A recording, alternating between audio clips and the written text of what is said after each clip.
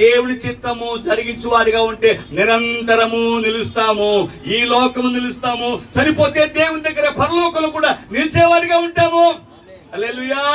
కాబట్టి ఆ ప్రకారంగా తండ్రి చిత్తము చేయాలని ఎఫెసీ పత్రిక 1వ అధ్యాయము చిత్తము చిత్తము చిత్తము అన్న మాట 5 సార్లు ఉంది. కాబట్టి 5 విషయాలు చూపించాను. తండ్రి చిత్తము జరిగించే సేవకుడు, సేవకురాలు, వాళ్ళ కుటుంబం, వాళ్ళ పరిచర్య పరలోకంలో ప్రవేశిస్తుంది.